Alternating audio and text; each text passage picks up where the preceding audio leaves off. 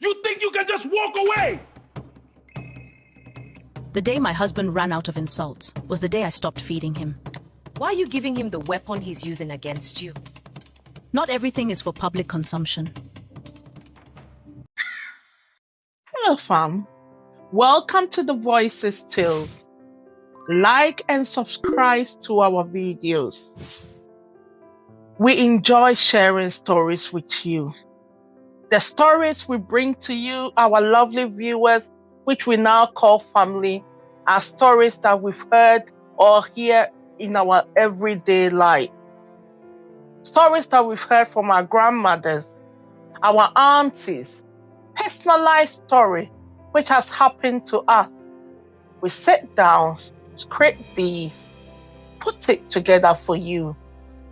We make sure the stories that we put out there are cognitively stimulating, and we are learning from these stories.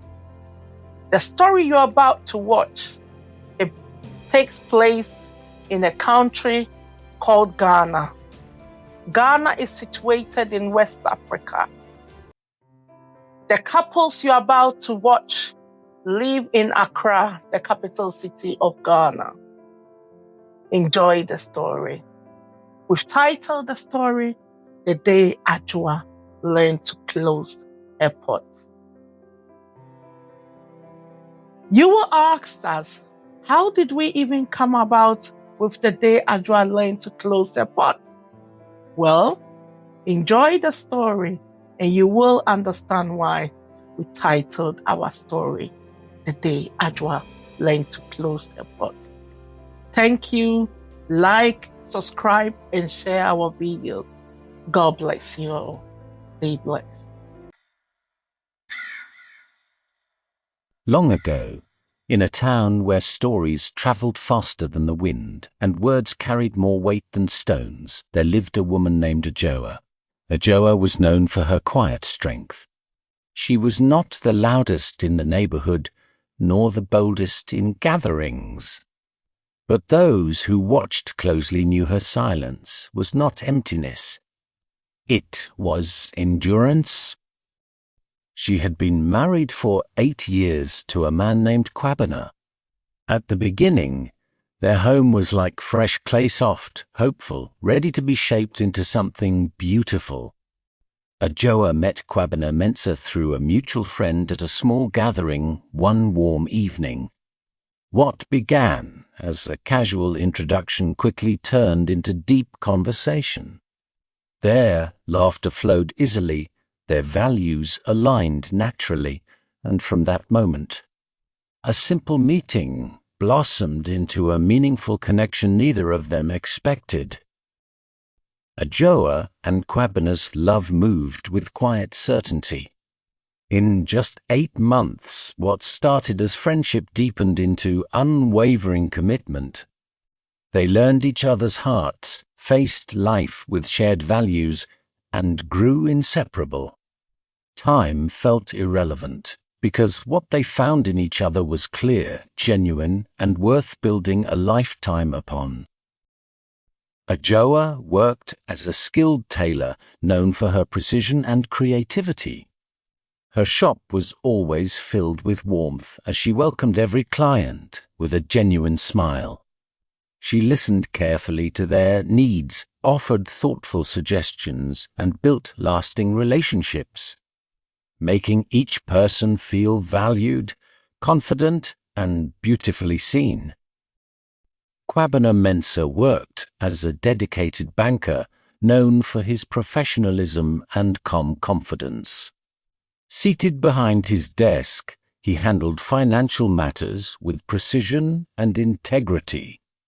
Clients trusted his advice, appreciating his patience and clarity.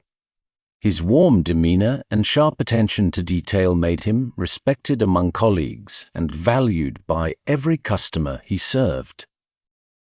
At the beginning, their home was like fresh clay, soft, hopeful, ready to be shaped into something beautiful. But over time, as some began to crack the walls, their marriage slowly grew tense, filled with misunderstandings, harsh words, and emotional distance, turning their once loving bond into a strained and unhappy relationship over time. Those hidden cracks did not come from poverty, not sickness, not betrayal, but words, cold, bitter and cruel words. 8 years of marriage, and not once did she imagine that love could feel like a battlefield. In Adjoa's home, arguments did not remain between husband and wife. They spread, like fire catching dry grass. Kwabena will make sure that their arguments did not stay small. He will capitalize on those arguments to make them grow teeth. If Kwabena was upset about money, he did not speak only to Adjoa. He never kept the issue between himself and Adjoa. Instead, he reached beyond her, pulling her family into the argument. His words would turn sharp, laced with blame, as he spoke of her mother with disrespect. "If your mother had raised you properly, you wouldn't be like this," he would say, as though Adjoa's worth could be reduced to his anger. Each statement cut deeply, not only wounding her, but dishonoring the very people she loved and respected. If the issue was food, her father became part of the insult. "No wonder your father eats like a king and leaves nothing behind," he would say, this in a voice heavy with mockery. The words stung deeply, not just because of their cruelty, but because they disrespected a man who had nothing to do with the moment. For Adjoa, it felt like her entire family was constantly on trial. Even her siblings, though far away from her, some barely involved in her life, would suddenly become targets. It was as though every disagreement opened a door, and through that door marched her entire family, dragged into a battle they did not know existed.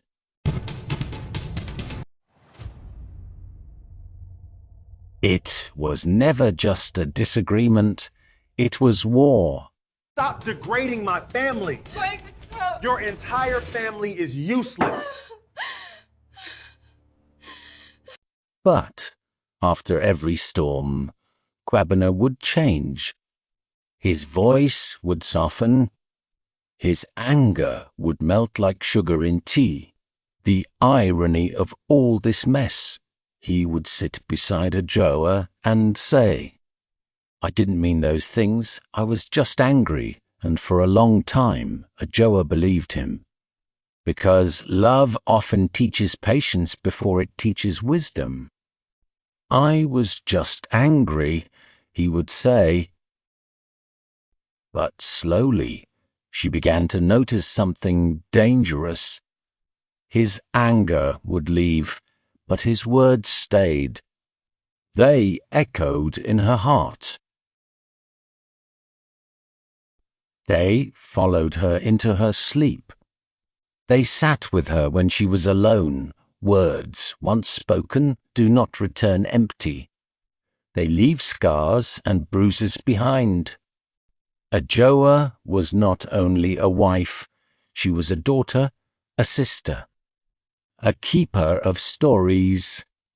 And, like many who love deeply, she believed that marriage meant sharing everything.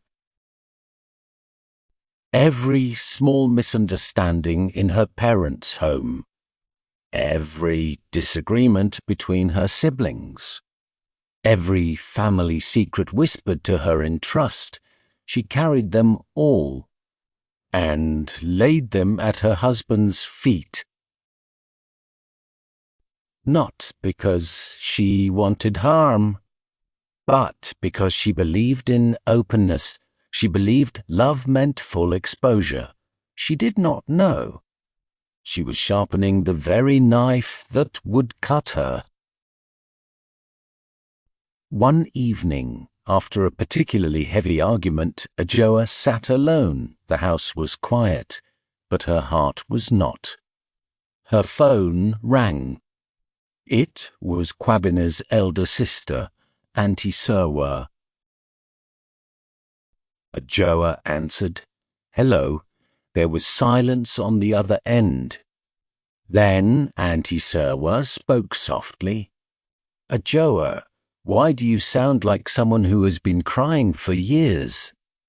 Those words broke something open inside her. Not in a way the world could see. There were no shattered plates, no raised voices, nor sudden exit, just a quiet shift. A crack beneath the surface.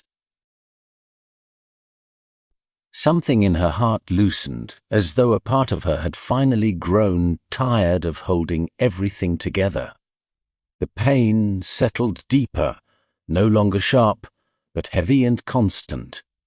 She still spoke, still moved, still smiled when expected. But something had changed.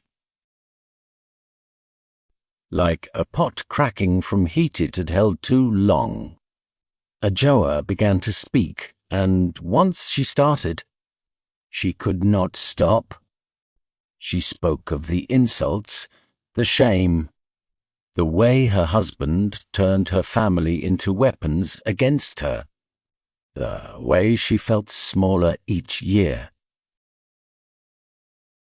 When she finished, there was silence again. But this silence was different. The silence was not empty or uncertain. It did not feel like avoidance. It settled gently, yet firmly, like something real had just been acknowledged. It carried weight, understanding, and a quiet kind of clarity. The kind of silence that does not confuse you, but instead reveals what you have been afraid to face.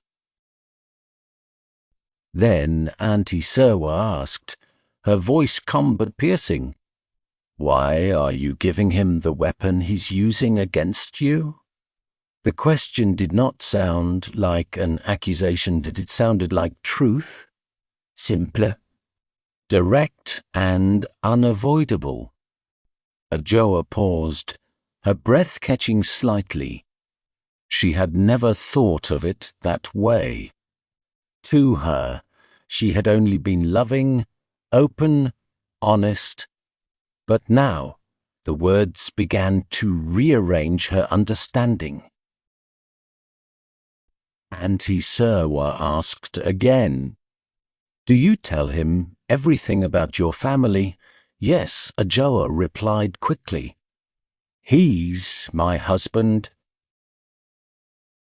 Aunty Serwaa sighed. And in that sigh was the weight of lived experience. There is a difference, she said slowly, between being honest and being exposed. Adjoa said nothing, so Aunty Serwaa continued. If 10 people die in an accident, that is information. But when you begin to describe broken heads and scattered bodies, you are no longer informing.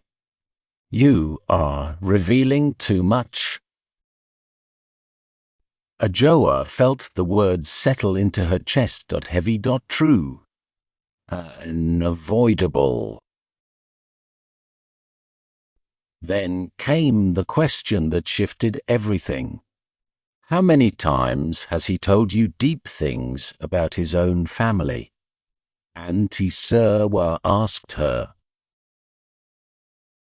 Adjoa paused. She searched her memory and found almost nothing. Adjoa began to think about Aunty Serwaa's words. Was she helping Kwabena hurt her? Was she handing over the very things he later used to break her down? The question lingered, heavy and uncomfortable, forcing her to see what she had been blind to for years. Aunty Serwaa laughed softly. My brother is not perfect, but he said he is a man. Men rarely expose their families like that. It is often we women, carried away by love, who overshare. Then she gave advice that sounded simple, but carried power. Be honest. But stop giving full details. That night, Adjoa chose silence not out of weakness, but from a place of awakening. For the first time, she saw clearly that every of her family issue she discussed with Kwabena only gave him more weapons. So she stopped explaining, stopped discussing, and furthermore stopped sharpening his knives. In that stillness, something shifted within her. She realized peace would not come from winning battles, but from stepping away from them. And there, in the quiet of her thoughts, she made a decision, one that did not need noise, approval, or permission. A decision to protect herself, to reclaim her dignity, and to no longer be a participant in her own pain. There is an old adage which says, "Quiet decisions in the right heart can change entire lives." And based on that, Adjoa made a quiet decision. She decided to stop feeding the fire.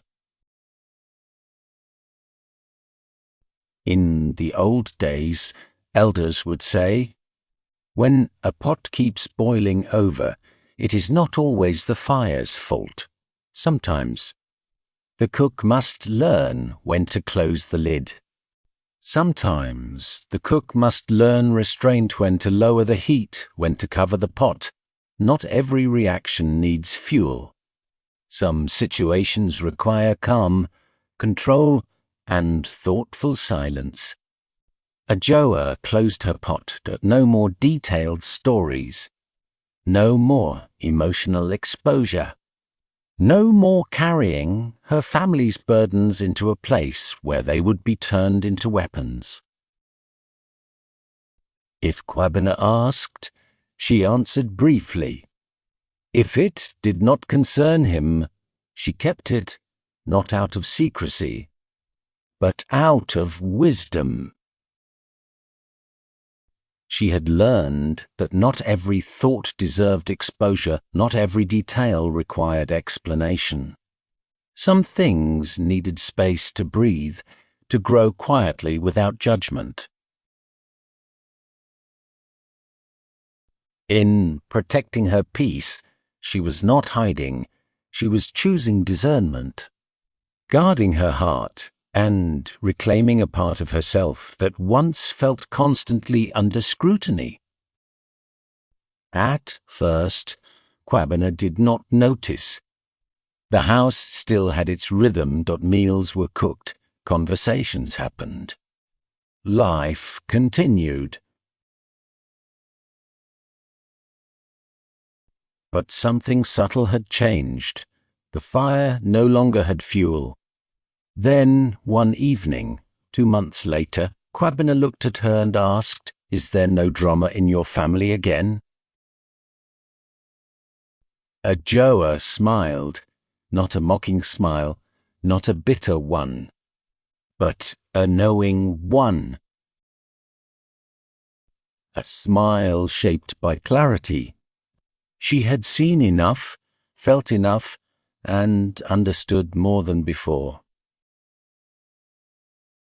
And in that moment, her silence carried strength and her smile carried truth she no longer needed to explain. Kwabena's insults began to fade, because even the sharpest knife becomes useless when there is nothing left to cut. She had finally stopped giving him something to wound. Where there was once reactions, there was now calm. And in that calm, his anger had nowhere to settle, nowhere to grow, and nowhere to hurt. The misunderstanding became smaller, less intense, less personal, and slowly, something began to grow in the space where chaos once lived. Peace. In the village, elders would later tell this story like a proverb. Adjoa did not win by shouting or screaming. She did not win by fighting harder. She won by understanding what to withhold. She learned to keep certain parts of her life sacred. Not every pain needed an audience, and not every struggle required explanation. Some things deserved silence, protection, and time to heal privately. She also reclaimed her power, her dignity, and a quiet strength that no longer depended on validation. Even in marriage, love is not meant to lose itself in chaos or constant sacrifice. Love is not foolish, blindly enduring hurt without question. Love is wise. It knows when to speak and when to be silent, when to give and when to step back. True love protects, nurtures, and grows with understanding. You can be open without being exposed. You can be honest without betraying your own people.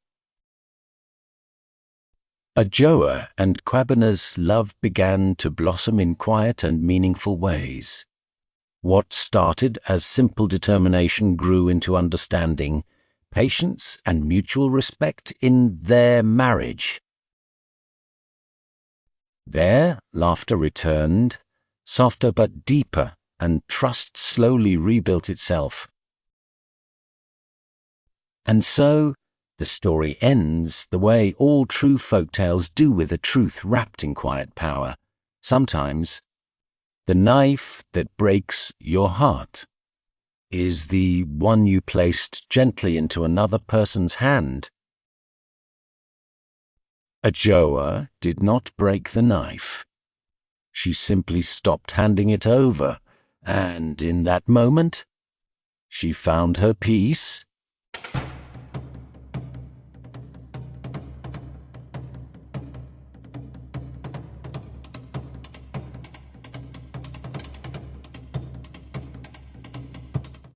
The moral lesson of Adjoa's story is: be wise with your words, be careful with your openness, because wisdom is not silence. It is knowing what to say, when to say it, and what must remain yours.